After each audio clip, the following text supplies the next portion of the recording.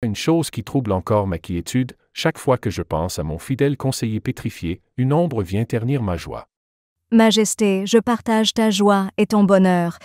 Nous avons traversé tant d'épreuves pour en arriver ici, et bientôt notre enfant scellera cette union tant attendue entre nos deux royaumes. Mais je comprends ta peine pour ton conseiller. Il a toujours été à tes côtés, un pilier de sagesse et de loyauté. Peut-être est-il temps de chercher une solution pour le libérer de son triste sort. Ensemble, nous pourrons trouver une voie pour le ramener parmi nous. C'est beau de voir mes enfants jouer devant moi.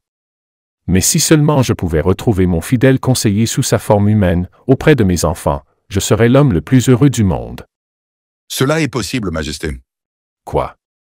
Qui a parlé? C'est moi, Majesté. Si vous souhaitez me rendre ma forme humaine, il vous suffira de trancher les têtes de vos jumeaux et d'étendre leur sang sur moi.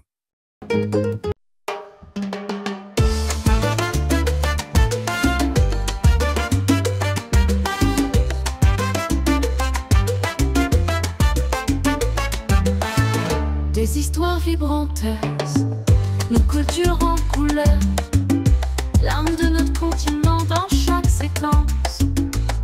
Sur sa Balidougou TV, l'Afrique rayonne, des récits animés qui touchent nos cœurs.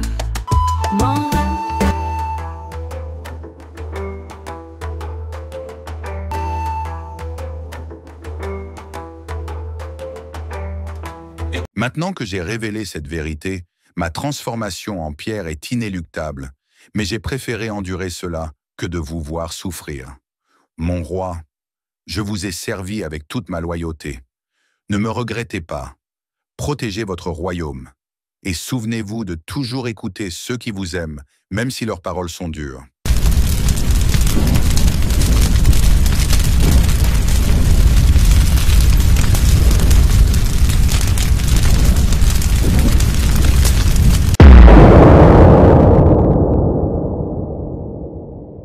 Mon fidèle conseiller. Par ma faute, je t'ai perdu. Tu m'as protégé jusqu'à ton dernier souffle, et c'est moi qui t'ai conduit à ce sort funeste. Pardonne-moi. Garde, prenez la statue de mon conseiller bien-aimé et déposez-la dans ma chambre à coucher. Elle y restera aussi longtemps que mon conseiller demeurera sous cette forme. Je garderai près de moi la statue de mon fidèle conseiller, telle une ombre silencieuse, témoin de sa loyauté inébranlable et des erreurs que j'ai commises.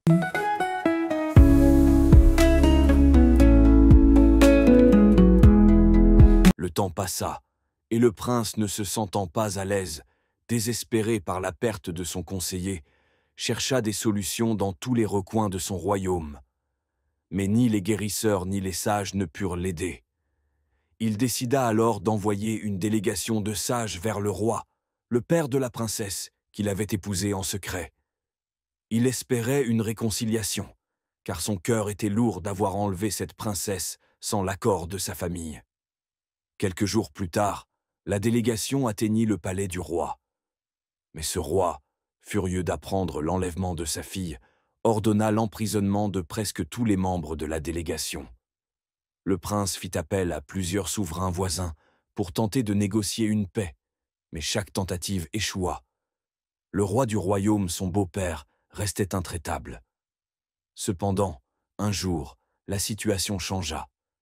Le roi apprit que sa fille, la princesse, était non seulement heureuse dans son mariage, mais qu'elle aimait profondément le prince. Cela adoucit le cœur du roi. Le roi forma à son tour une autre délégation pour sceller la paix avec son gendre. Un beau matin, ces sages, porteurs de nouvelles d'espoir, se présentèrent au royaume du prince. Lorsqu'ils arrivèrent au palais, le prince les accueillit avec impatience. « Prince vaillant, nous venons ici en paix, porteurs des maux de notre roi, père de celle que tu as choisie pour épouse.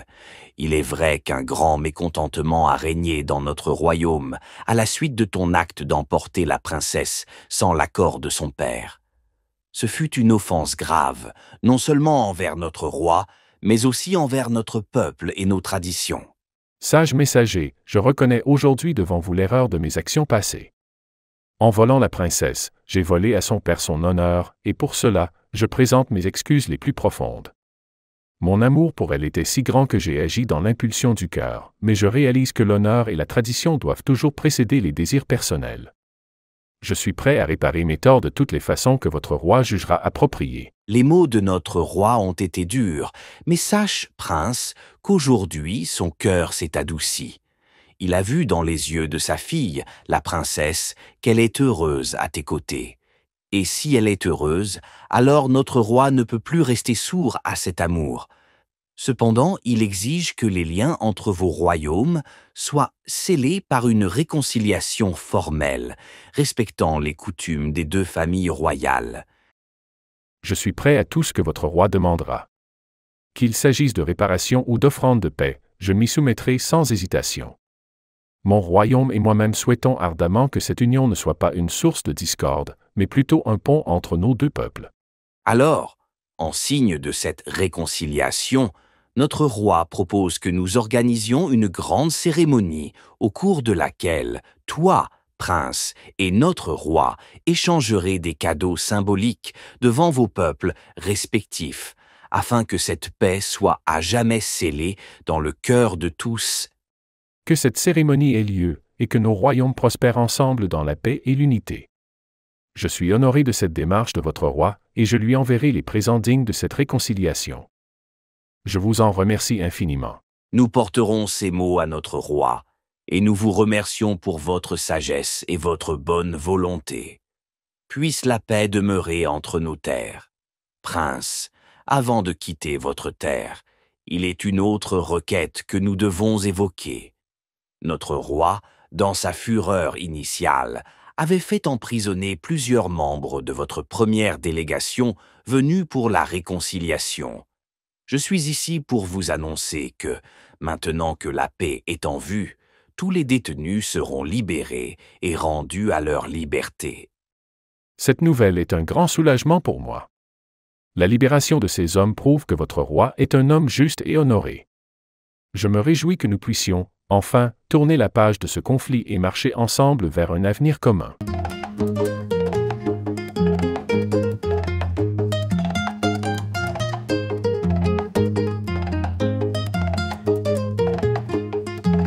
Quelques mois après leur union, la princesse était déjà en état de famille. Le roi, empli de fierté et de bonheur, voyait en cet enfant à naître l'assurance d'une lignée prospère et la consolidation des liens entre les deux royaumes. Ma reine, aujourd'hui je suis un roi comblé par tout ce que je vis. Bientôt, la naissance de notre héritier, ainsi que la délégation de ton père, le roi, pour sceller la réconciliation entre nos familles et nos deux royaumes, font de moi un souverain heureux. Mais il y a une chose qui trouble encore ma quiétude, chaque fois que je pense à mon fidèle conseiller pétrifié, une ombre vient ternir ma joie. Majesté, je partage ta joie et ton bonheur. Nous avons traversé tant d'épreuves pour en arriver ici, et bientôt notre enfant scellera cette union tant attendue entre nos deux royaumes. Mais je comprends ta peine pour ton conseiller. Il a toujours été à tes côtés, un pilier de sagesse et de loyauté. Peut-être est-il temps de chercher une solution pour le libérer de son triste sort. Ensemble, nous pourrons trouver une voie pour le ramener parmi nous. Majesté, j'ai aussi une surprise à t'annoncer. Vas-y, ma reine, je t'écoute. Ce que je ressens dans mon ventre me donne l'impression que nous attendons des jumeaux. Oui, je ressens deux mouvements totalement distincts. Ma reine, que Dieu fasse que cela soit une réalité. Si c'est le cas, ma joie sera immense. Deux héritiers à la fois, c'est une bénédiction que je n'aurais jamais osé espérer. Quelques semaines plus tard, la princesse donna effectivement naissance à des jumeaux. 3 ans après, le prince était dans la chambre avec ses 2 garçons. Les rires innocents des enfants résonnaient entre les murs, tandis qu'ils jouaient à ses pieds. Le prince, assis près de la fenêtre, observait ses fils avec tendresse, admirant leur vivacité et leur complicité. C'est beau de voir mes enfants jouer devant moi. Mais si seulement je pouvais retrouver mon fidèle conseiller sous sa forme humaine, auprès de mes enfants, je serais l'homme le plus heureux du monde. Cela est possible, Majesté. Quoi? Qui a parlé? C'est moi, Majesté. Si vous souhaitez me rendre ma forme humaine, il vous suffira de trancher les têtes de vos jumeaux et d'étendre leur sang sur moi.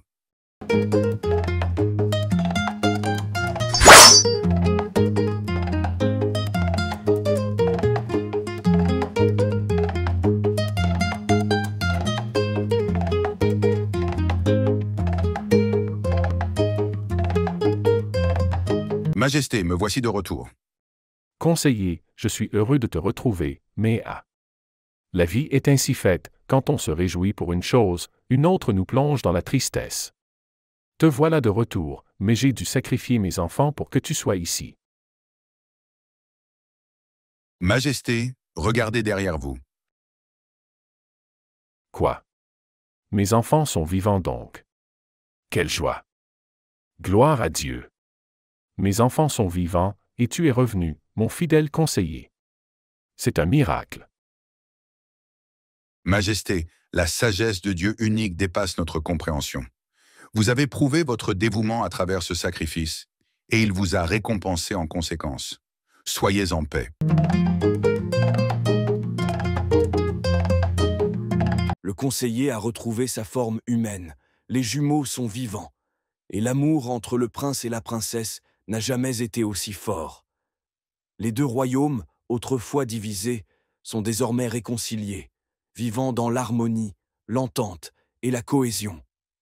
Ainsi se conclut l'histoire du prince, de la princesse et de leur fidèle conseiller, un récit d'amour, de loyauté et de rédemption. Inspiré des contes et légendes du grand conteur guinéen Feu Amadou Sow, paix à son âme. Que son héritage continue de vivre à travers ces récits intemporels.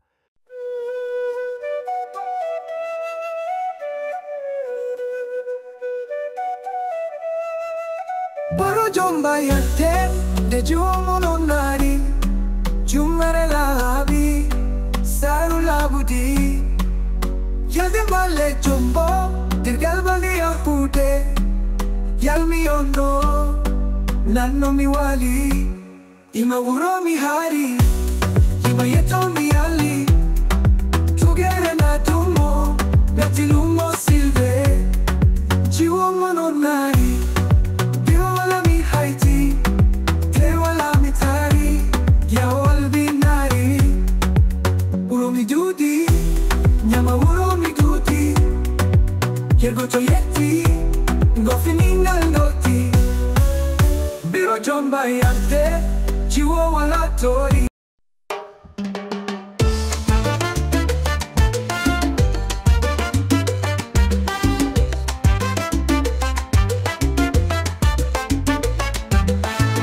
Des histoires vibrantes, nos cultures en couleur, l'âme de notre continent dans chaque séquence. Sur Sabaridougou TV, l'Afrique rayonne, des récits animés qui touchent nos cœurs. Des récits envoûtants, nos racines, nos chants.